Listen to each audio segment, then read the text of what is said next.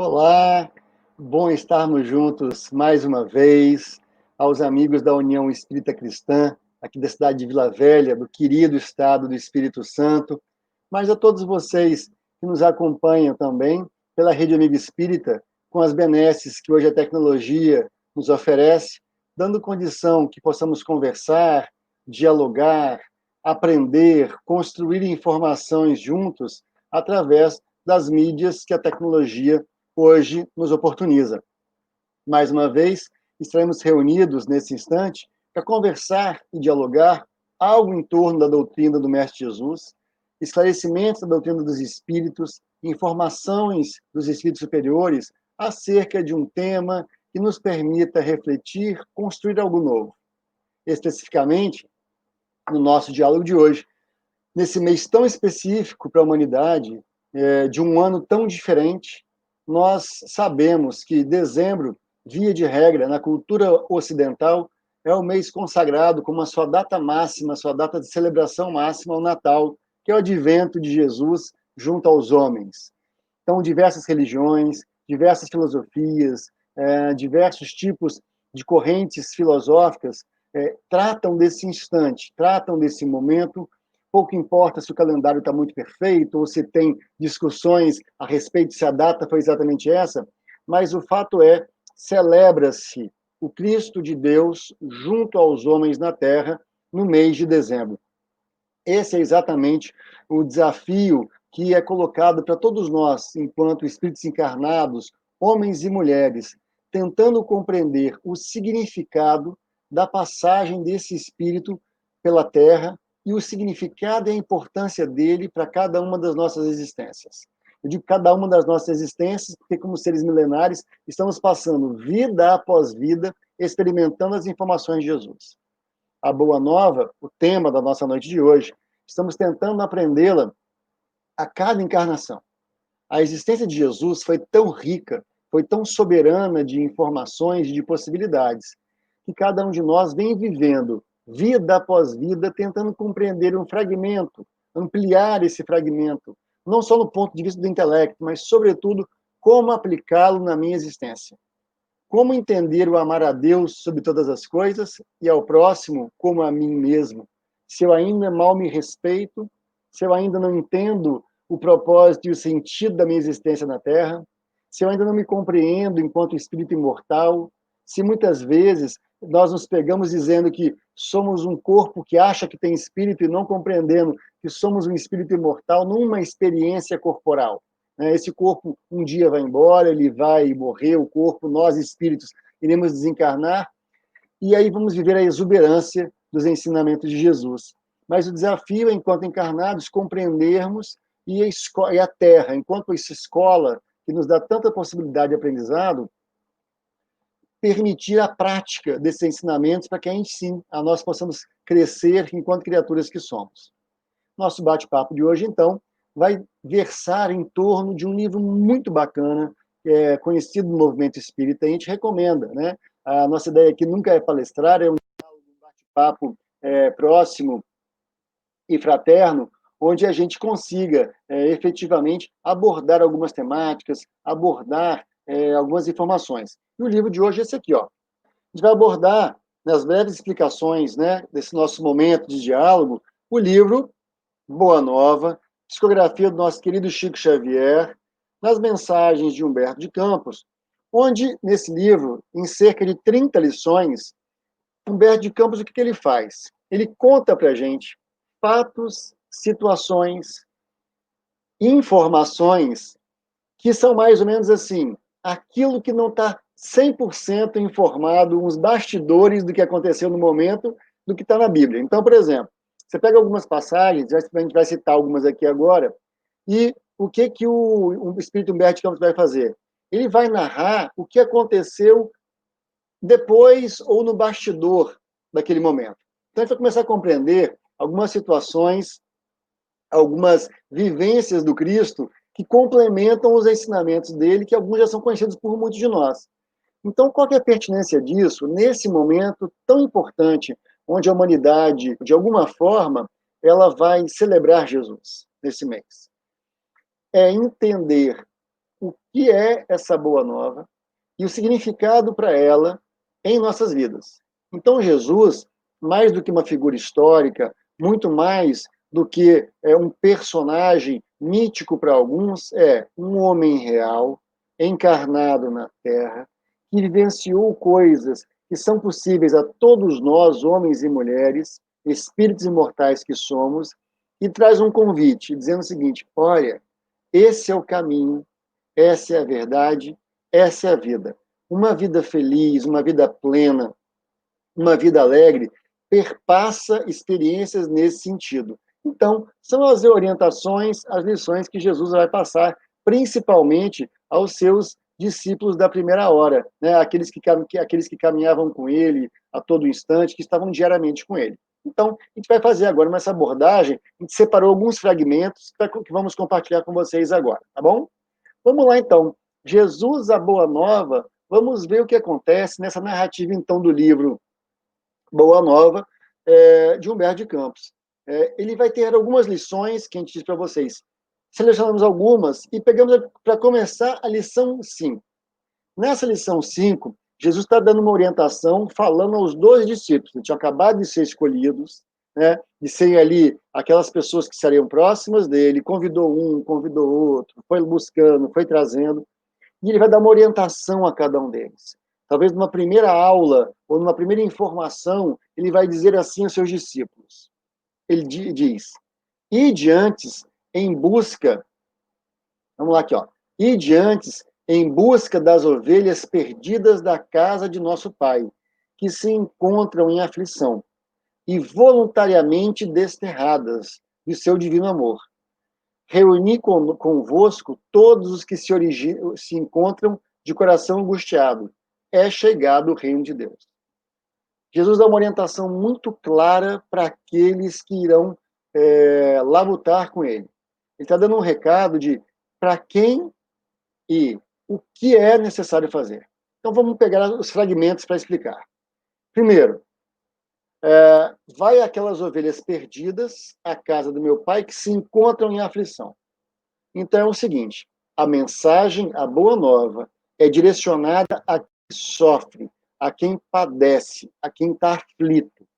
Ele não está buscando quem está são, ele não está buscando quem está plenamente feliz, porque essas pessoas já estão com suas questões equacionadas, mais ou menos resolvidas. Ele está buscando aquelas pessoas que estão agoniadas, aflitas por algum motivo, qualquer que seja o motivo, de ordem financeira, de ordem material, de ordem emocional, de ordem familiar, de ordem afetiva, de relacionamento, pouco importa a razão. É para essas pessoas que o evangelho dele está destinado.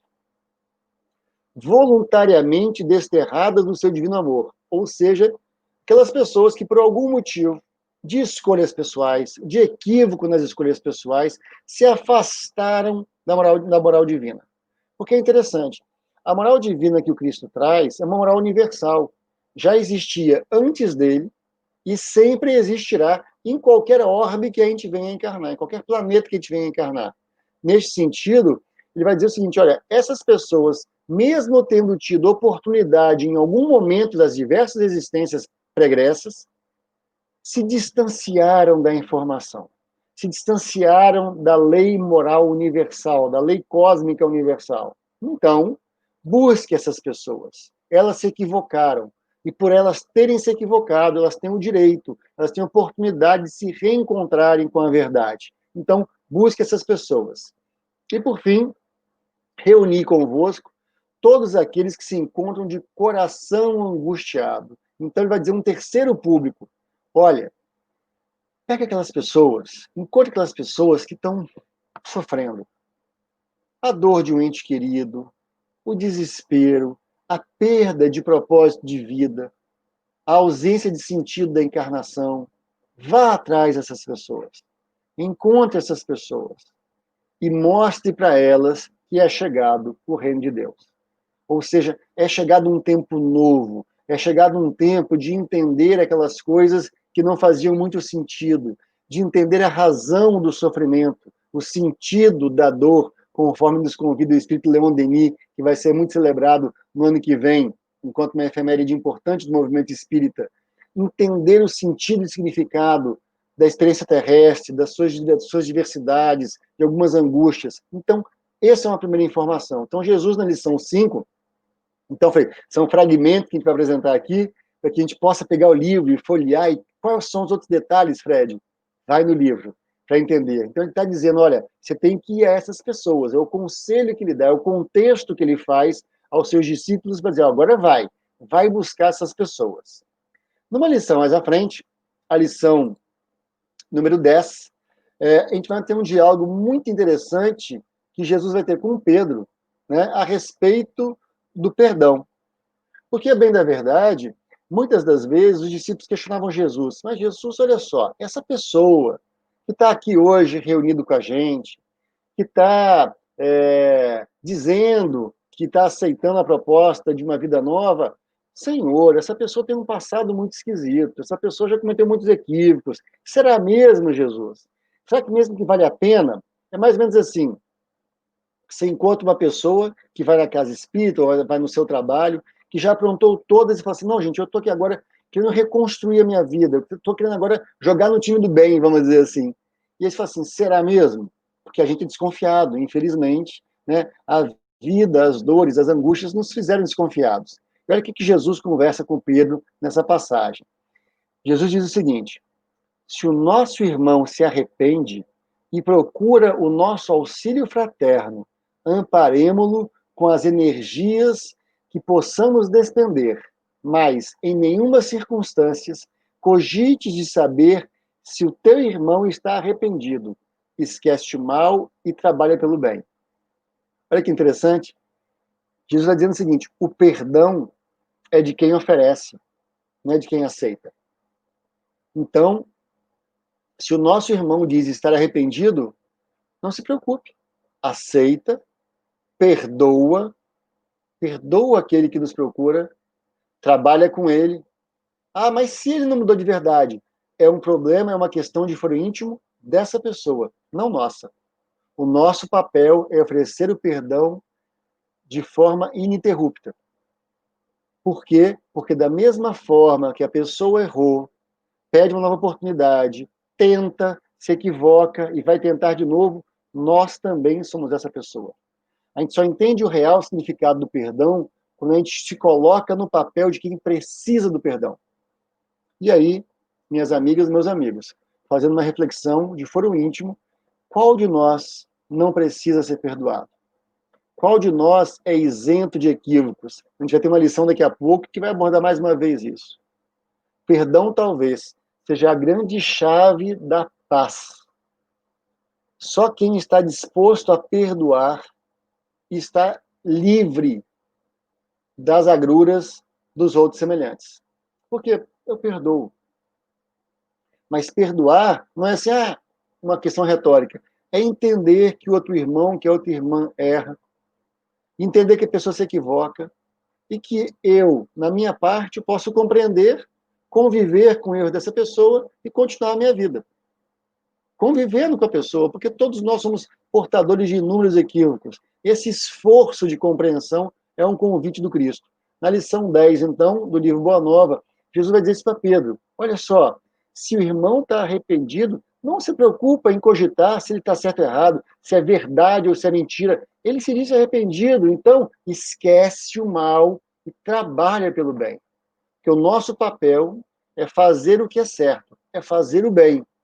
E o outro semelhante? O outro semelhante está no tempo dele, mas não nos compete o julgamento. Mas se naquele instante a pessoa se predispôs a estar conosco, que estejamos também com ela. É o convite, é a proposta que Jesus faz para a gente. Tá bom? Bem, mas aí, como dissemos hoje, a gente é um pequeno spoiler do livro, passando e caminhando por várias lições.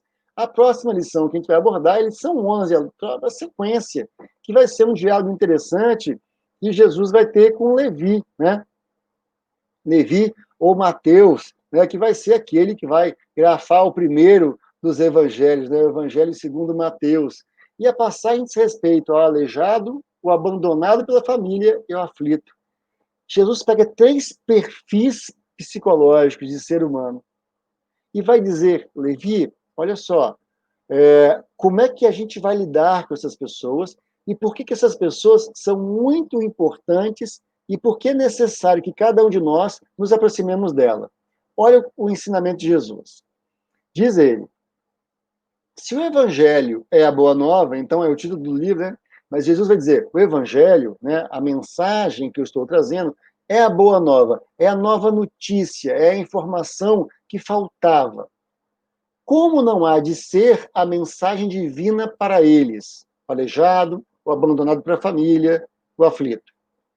Tristes e deserdados na imensa família humana, os vencedores da terra não necessitam de boas notícias. Nas derrotas da sorte, as criaturas ouvem mais alto a voz de Deus. Vou explicar o contexto da lição. Na verdade, Levi está ali buscando, junto àquelas pessoas que seguiam Jesus, outras pessoas que podiam continuar expandindo o evangelho. É como se a gente estivesse buscando mais expositores para o movimento espírita, ou mais pessoas para falar do bem, né? Mais trabalhadores para a causa espírita, porque não é só na exposição doutrinária que a gente faz o bem, é na ação de diversas frentes, de diversas atividades. Então, Mateus vai dizer assim, né? Mateus vai dizer assim para Jesus, Jesus, olha, tem um aleijado ali, ele tem limitações físicas, é um portador de limitações de ordem física. Por que ele vai poder ser útil? Porque ele, né, tem ali limitações. Aí vai chegar um outro perfil, o abandonado pela família. Senhor, nem a família quis essa pessoa. Nem a família teve paciência, suportou essa irmã, suportou esse irmão. Como é que ele vai ser útil para a gente no trabalho da difusão do seu evangelho? E, por fim, um aflito. Senhor, essa pessoa está aflita, ela está desequilibrada, né? Como se tivesse um desequilibrado, uma pessoa completamente transtornada, fora de si. Então, eu tenho uma pessoa com deficiência física, uma pessoa que a família não tem interesse e outra pessoa que está em total condição de perturbação psicológica. E aí Mateus fala, Senhor, essa pessoa é inútil para a gente no trabalho.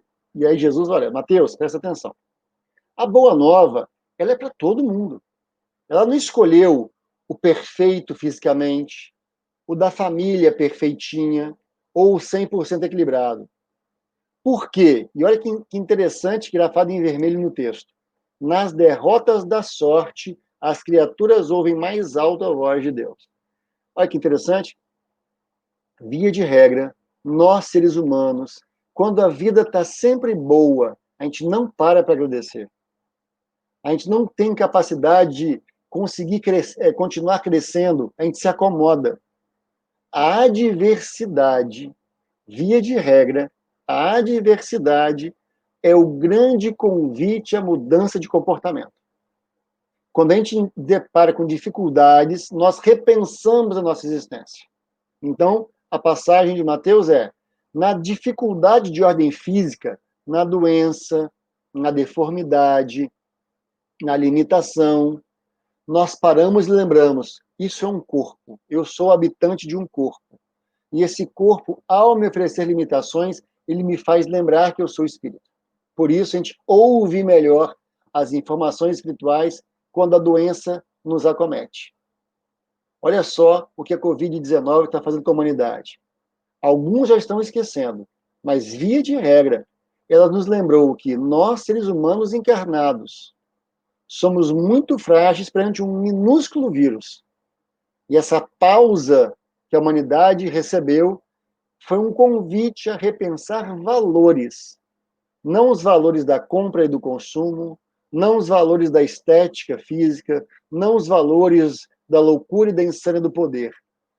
Nos trouxe para dentro de casa, para convívio primeiro para a nossa família, e, no segundo instante, o convite à viagem interior, ao conhece-te a ti mesmo, para que nós pudéssemos entender que somos seres humanos, imortais, num corpo frágil que um vírus minúsculo é capaz de dizimar, numa experiência de aprendizagem. Então a pergunta é: como estou usufruindo esta encarnação e o que estou aprendendo com ela? Então, na limitação física, na doença, nós ouvimos melhor as informações divinas. O mesmo acontece abandonados pela família. quando a família nos vira as costas, nós experimentamos uma solidão, que por mais que a gente possa não gostar muito da nossa família, família é nosso porto seguro. Lá eu brigo, mas no dia seguinte tomo café junto. Eu brigo e almoço, eu brigo e janto. Pelo menos eles vão ter paciência para me ouvir, até para brigar comigo. Na rua, eu não vou ter ninguém. Mas quando a própria família me rejeita, eu tenho que fazer uma reflexão. O que está acontecendo que aqueles que são o meu primeiro convívio não me querem perto? Será que é o desafio meu ou o desafio deles? Quem tem que perdoar primeiro?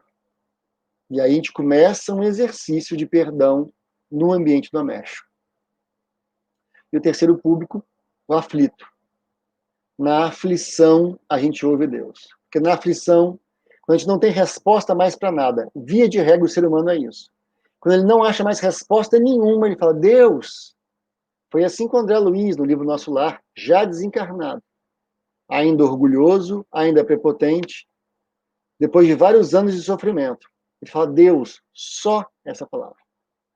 E aí começa um processo de resgate e libertação. Então, é muitas vezes na aflição que nós exercemos a humildade para conseguir novamente conviver com a essência divina. Vamos lá agora para 3 passagens bem interessantes, bem pertinentes, que abordam 3 mulheres maravilhosas do Evangelho. Então, na Boa Nova, Jesus vai trazer no seu convívio 3 mulheres formidáveis. Vamos chamar, então, a Maria de Magdala, que nosso irmão Divaldo Franco narra com belíssima maestria a experiência dela com Cristo. A da mulher equivocada, aquela que as pessoas queriam apedrejar, e Jesus diz, olha, quem tiver sem pecado, que atire a primeira pedra. E a Joana de Cusa, né? Aquela mulher, esposa de um patrício romano, chamado Cusa, por isso que é Joana de Cusa, esposa do Cusa, e ela, no desejo sincero de seguir ao Cristo, vai ser morta na arena pelos leões. Então, vamos contar um pouquinho da história que está no livro Boa Nova, dessas 3 mulheres extraordinárias. Vamos começar aqui, então, agora com a primeira passagem, com a Maria de Magdala. Muitos conhecem a passagem dessa mulher, que vai ter com Cristo e vai ser uma das seguidoras mais fiéis dele. Ela é historicamente narrada como uma mulher que vivia, talvez, da venda do corpo físico ou de benesses desse gênero, e vai, num vazio existencial da alma, buscar respostas junto ao Mestre Jesus. E Jesus vai ter um diálogo com ela, dizendo o seguinte, caminha agora sob a sua luz, porque o amor cobre uma multidão de pecados. Então, Jesus está dizendo o seguinte, pouco importa, minha amiga, meu amigo, qual o seu passado. Não importa o seu passado, qualquer que seja o equívoco que você cometeu. A passagem de Maria Magdala é interessante, porque, no caso, né, a prostituição era narrada como o pior dos pecados, ainda nos tempos atuais. Mas hoje a gente tem traficante de drogas, a gente tem assassino, você pode escolher. E todos nós já experimentamos esses equívocos em alguma existência. Nós não somos seres perfeitos, pelo contrário. Somos seres que carregamos um passado de equívocos muito graves.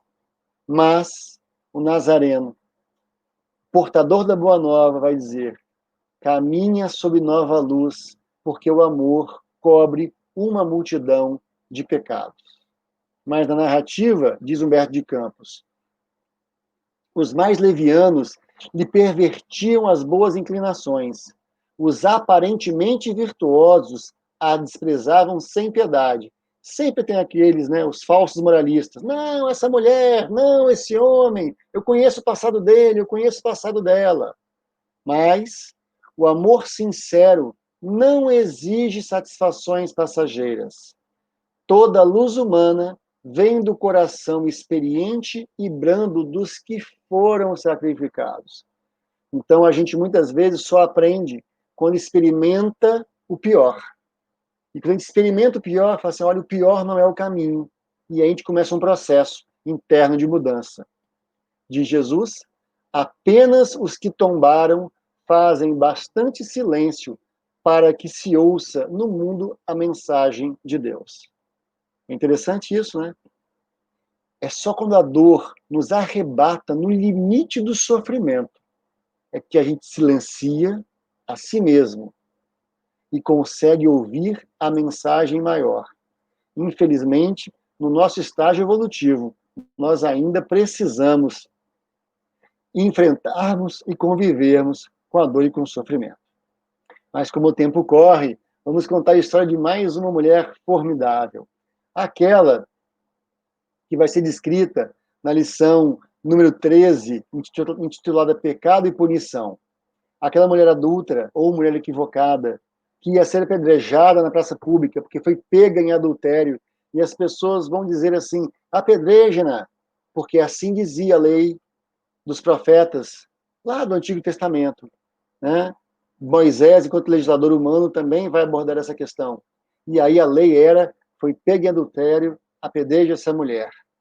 E aí Jesus vai ter a passagem emblemática que é: as pessoas perguntam a ele: Senhor, essa mulher foi pega em adultério. Ele fala: o que diz a lei? A lei diz que devemos apedrejá-la. O que o Senhor recomenda? Ele recomenda da seguinte forma: aquele que estiver sem pecado, fique à vontade, pode jogar a primeira pedra. Ninguém jogou, porque ninguém era ausente de equívocos, ninguém era ausente de pecados. Por sinal, pecado, uma expressão grega que vai dizer, de origem grega a palavra, que vai ter origem errar o alvo. Quem nunca errou? Quem nunca errou a pontaria, tentando até mesmo acertar? E aí Jesus vai dizer para ela: mulher, ninguém te condenou, também eu não te condeno. Vá e não peques mais. Vá e você entendeu que esse não é o caminho. Então, não busque essa resposta mais. Essa resposta não vale a pena, você vai sofrer mais.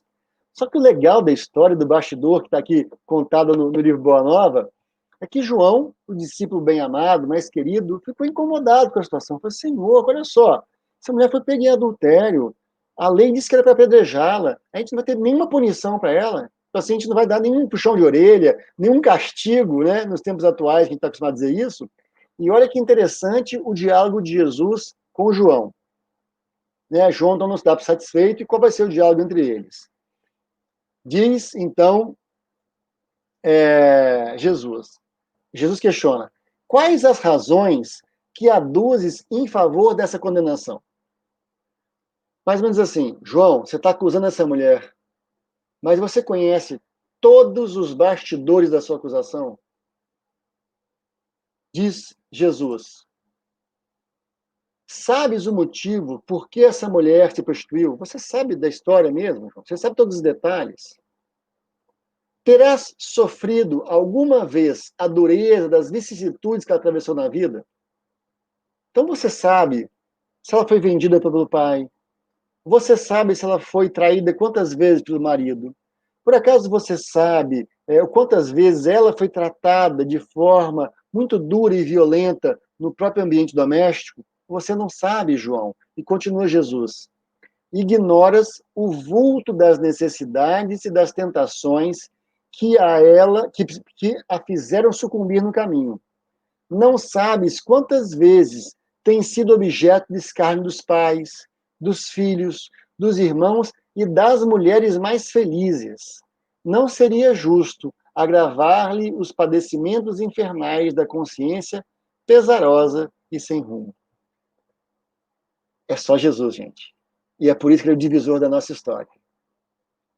Ele conhecia tanta dor do coração humano que vai dizer: João, a gente não conhece nada da história dessa moça. Jesus conhecia. Jesus sabia as dores. E quando ela opta pelo adultério, narrado na Bíblia, ela opta numa busca de alguma resposta ao desespero. Mas muitas vezes no desespero a gente não está enxergando. Então Jesus não condena a pecadora. Ele fala assim: olha, você entendeu que esse não é o caminho? Então reconstrói a sua vida. A história dessa mulher vale um outro estudo. Se a gente tiver a oportunidade de fazer, vai ser um prazer conduzir. Para entender os bastidores dessa história de uma mulher que reconstrói a vida e, no final, vai resgatar o marido que a subjugava. Mas isso é bastidor. de uma própria história, de uma próxima história, de um próximo diálogo.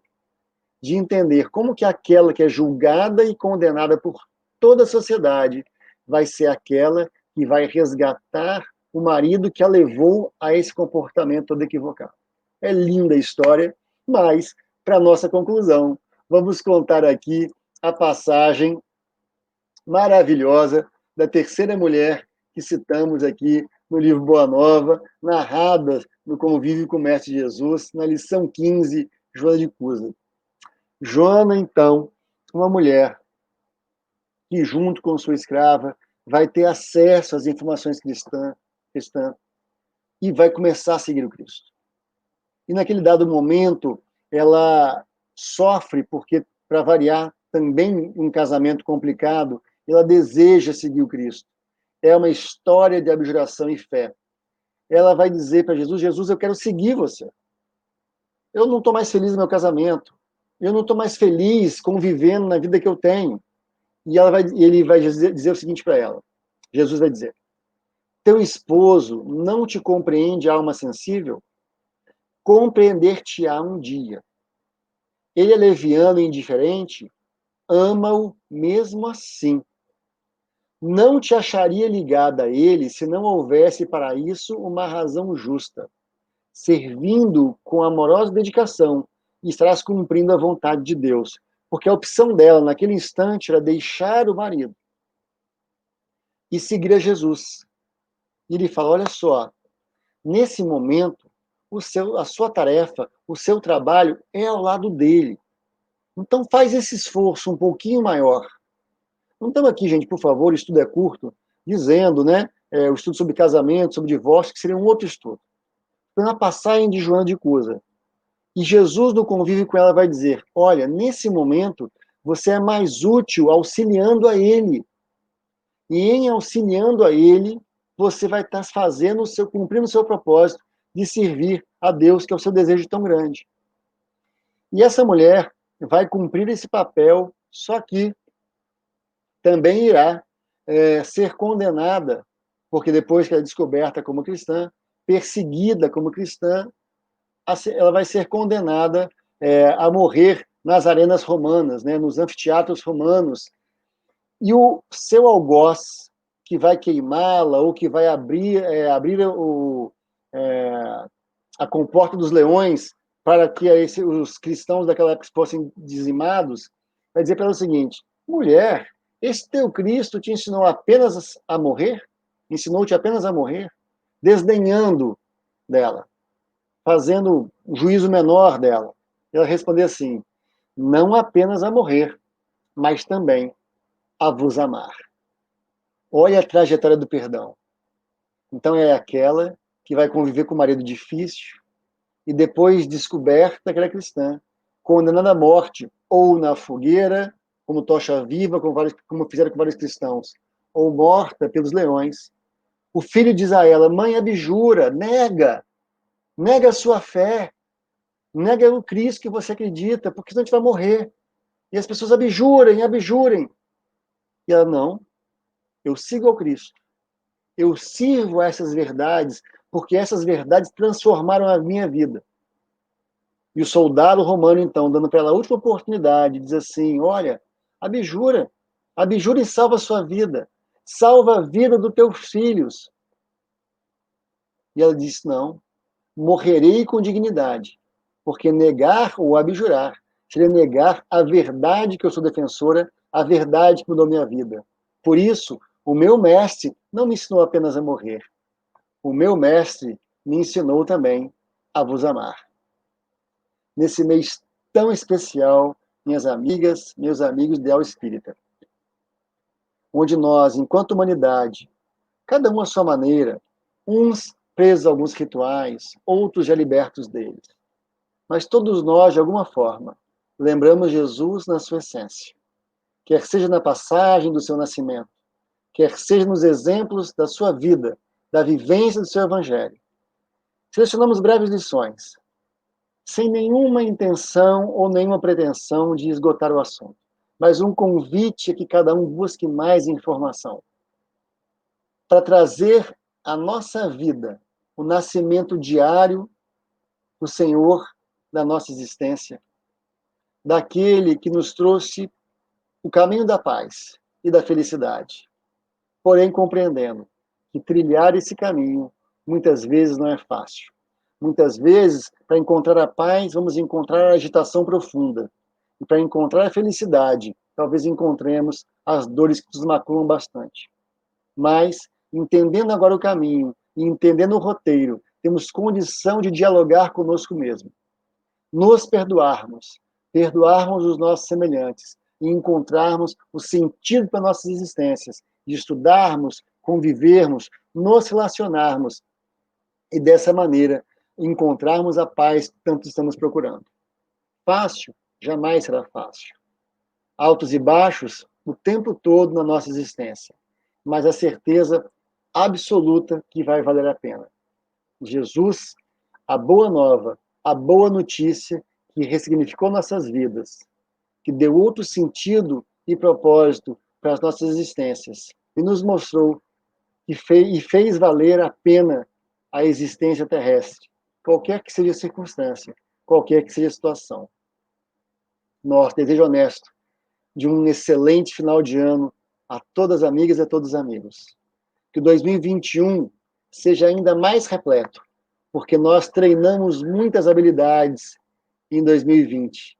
Que 2021, com o exercício da reflexão interna de 2020, com a projeção de uma vida nova, possamos viver mais enquanto espíritos eternos que somos, compreendendo e perdoando mais, e dessa forma adquirindo, já na Terra, a paz e a felicidade a que todos estamos destinados. Um excelente final de ano, um 2021 maravilhoso, nosso beijo, nosso abraço muito carinhoso, a saudade de estar próximo, mas está chegando o dia de estar próximo de novo, e os nossos votos de muita paz. 1 milhão de amigos é o que a Rede Amigo Espírita deseja conquistar em seu canal no YouTube. E você, amigo espírita, pode ajudar. Convide 5 amigos para se inscreverem em nosso canal e ligarem o sino de alerta. Além de atingir a meta de 1 milhão de amigos, todos serão sempre avisados de novos vídeos e transmissões ao vivo no YouTube. Acesse agora raitv.com.br.